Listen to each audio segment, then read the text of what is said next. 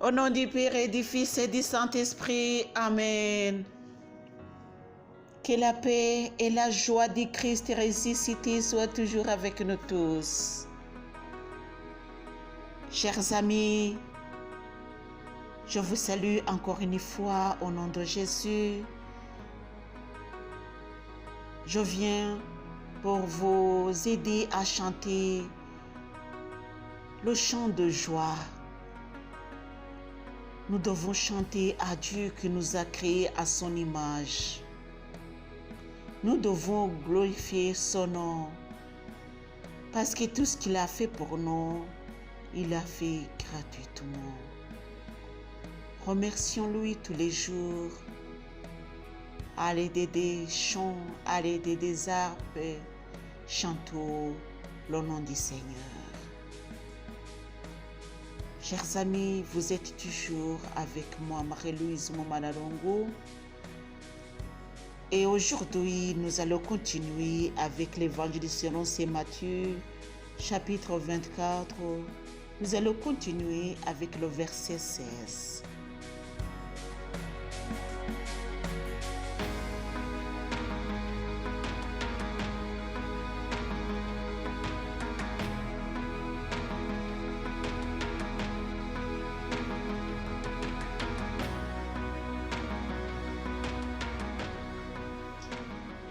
Bien chers frères et sœurs en Jésus-Christ, nous allons continuer avec ce verset qui nous dit « Quand donc vous verrez installé dans le lieu saint l'abominable et dévastateur dont a parlé le prophète Daniel, que le lecteur comprenne. » C'est ici que nous nous sommes arrêtés et nous allons continuer. La fois passée, nous avons parlé sur le lieu saint. Aujourd'hui, nous allons parler sur l'abominable dévastateur.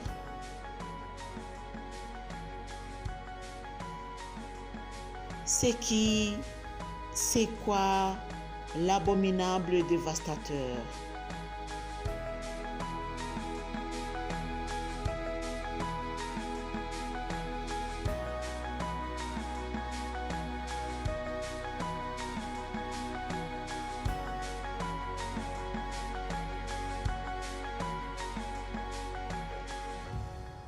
Mes chers frères et sœurs en Jésus-Christ, par la définition, l'abominable, c'est ce qui inspire de l'horreur, affreux, atroce, quelque chose qui est horrible, monstrueux, au fait qui fait peur. C'est l'abominable. Aussi le dévastateur, par définition, c'est le destructeur, selon le dictionnaire, bien sûr, c'est le destructeur ou bien vandale. Dévastateur, c'est quelqu'un ou bien quelque chose qui détruit. C'est ce que la Bible nous dit, c'est ce que le dictionnaire nous dit. Et cet abominable dévastateur va s'installer dans le lieu saint. Aussi, on va voir la définition ou bien l'explication, la signification de s'installer. S'installer selon le dictionnaire, c'est s'arranger, se disposer, s'établir, se mettre, se placer, se poser et autres définitions, etc. C'est se mettre.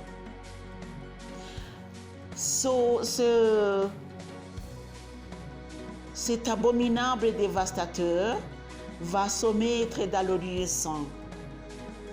Et la Bible nous dit que le lecteur comprenne avec un point d'exclamation, que le lecteur comprenne. Ce qui veut dire que selon ce que vous lisez, vous ne pouvez pas comprendre facilement. Il faut aller en profondeur pour qu'on puisse y puiser quelque chose, quelque signification. Tout ce qui est écrit dans la Bible, c'est la vérité et c'est compréhensif. Mais quelquefois, ça nous complique parce que nous n'avons pas cette connaissance, cette sagesse de comprendre ce que dit la Bible. C'est à l'Esprit Saint de nous expliquer. N'oublions pas que Jésus, avant de partir, il nous a laissé l'Esprit Saint. Il nous a dit, il va vous expliquer tout ce que je vous ai dit. Alléluia. Au fait, c'est le rôle de l'Esprit Saint de nous expliquer, alléluia, ce que Jésus nous a dit. Même si ça nous complique par notre intelligence, notre petite intelligence, mais c'est pas parce que c'est compliqué, c'est parce que on ne peut pas comprendre avec l'intelligence humaine. Il faut que l'Esprit Saint vienne pour nous expliquer, nous éclairer, nous donner des explications profondes. En fait, c'est ce que l'Esprit Saint fait avec moi aujourd'hui. Chers amis, soyez toujours à l'écoute et on va continuer avec des explications.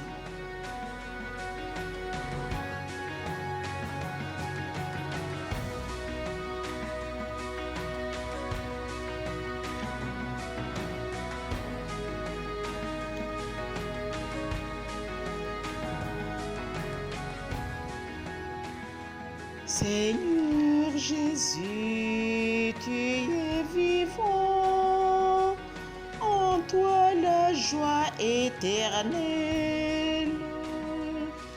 Tu es vivant, Seigneur, alléluia. Aujourd'hui comme hier, demain toujours.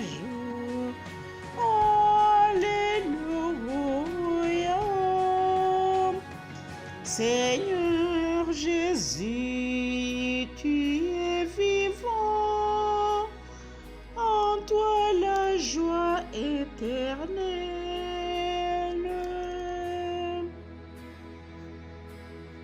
Chers amis,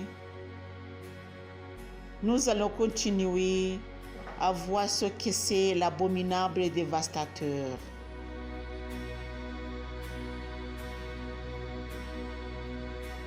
Lisons la deuxième lettre, la deuxième épître aux Thessaloniciens, chapitre 2, du verset 9 au verset 12. Lisons la Bible. Quant à la venue de l'impie, marquée par l'activité de Satan, elle se manifestera par toutes sortes d'œuvres puissantes, de miracles, de prodigues, trompeurs, et par toutes les séductions de l'injustice, pour ceux qui se perdent, faute d'avoir accueilli l'amour de la vérité qui les aurait sauvés. C'est pourquoi Dieu leur envoie une puissance d'égarement qui les fait croire au mensonge, afin qu'ils soient jugés tous ceux qui n'ont pas cru à la vérité, mais ont pris plaisir à l'injustice. Telle est la parole de Dieu. Cet abominable et dévastateur va s'installer. C'est ce que Paul dit. Il dit, quant à la venue d'Olympie marquée par l'activité de Satan, il se manifestera par toutes sortes d'œuvres puissantes et de miracles. C'est ce que la Bible nous dit. C'est l'œuvre de Satan.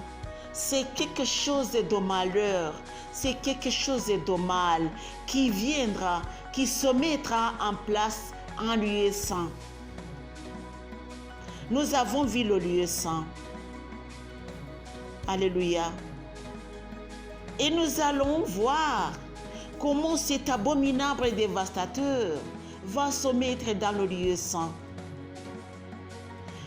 Parce que beaucoup d'entre nous, quand on parlait de ce dévastateur, cet abominable et dévastateur dans le lieu saint, beaucoup d'entre nous pensent à l'église, pensent à l'autel, et ils se disent, et même les prêtres, oui, j'ai entendu quelqu'un dire ça, et même les prêtres, ils font des choses abominables, si je peux dire. Oh, c'est ce que la Bible dit. C'est l'abominable et dévastateur qui va s'installer au lieu saint. Aujourd'hui, nous allons changer de sens. Comment nous avons perçu ce sens, le sens du lieu saint, surtout ça. Parce que l'abominable et dévastateur, chacun de nous peut comprendre facilement que ce n'est pas une bonne chose. Mais quand on dit que ça, il va s'installer sur le lieu saint, c'est ce qui nous confuse. On se demande pourquoi Dieu va permettre que le mal s'installe sur le lieu saint. Et tu oublies que le lieu saint, c'est toi. Le lieu saint, c'est toi au fait. Et l'abominable dévastateur va s'installer en toi. Et cet abominable dévastateur fera quoi? Pour ceux qui ont cet abominable dévastateur en eux, ils seront caractérisés par ces caractéristiques que parlait Saint Paul, apôtre aux Galates, chapitre 5, chapitre 5, verset 19. On les connaît, les œuvres de la chair, libertinage, impureté, débauche, idolâtrie, magie, haine, discorde, jalousie, emportement, rivalité, dissension, faction, envie, beuverie, répaille et autres choses semblables. Leurs auteurs, je vous en préviens, comme je l'ai déjà dit, n'hériteront pas du royaume de Dieu. Telle est la parole de Dieu. Ces gens-là ont cet abominable et dévastateur. L'abominable et dévastateur s'est installé en eux. Et par conséquent, ils agissent, ils travaillent comme l'abominable et dévastateur. Chers amis, ne pensez pas sur la colline, c'est le lieu qui est très loin de nous. L'abominable et dévastateur d'abord c'est en nous, en toi ou en moi. Moi qui va agir d'une façon abominable, d'une façon malhonnête, d'une mauvaise façon, avec de mauvais caractères. Alléluia. C'est l'abominable et dévastateur. Le lieu saint, nous avons connu ce lieu saint. Et si possible, on va répéter même le lieu saint. Alléluia. cet abominable et dévastateur va causer à celui qui l'a de faire tout ce que la Bible dit, d'idolâtrie, magie et toute autre chose. Galates 5, 19. Chers amis, si vous avez l'un de ces caractéristiques, c'est-à-dire que vous avez l'abominable et dévastateur en vous, lui qui va vous donner à regarder d'une façon mauvaise, négative. Je ne suis pas venu pour vous montrer ou bien pour vous encourager à regarder comme le fait le diable, comme le fait le dévastateur. Non, je suis venu pour vous faire signe, pour vous réveiller. Peut-être que vous vous endormez alors que l'abominable et dévastateur est en vous. Vous vous imaginez qu'il se trouve à l'hôtel, dans une telle paroisse ou bien dans une telle église.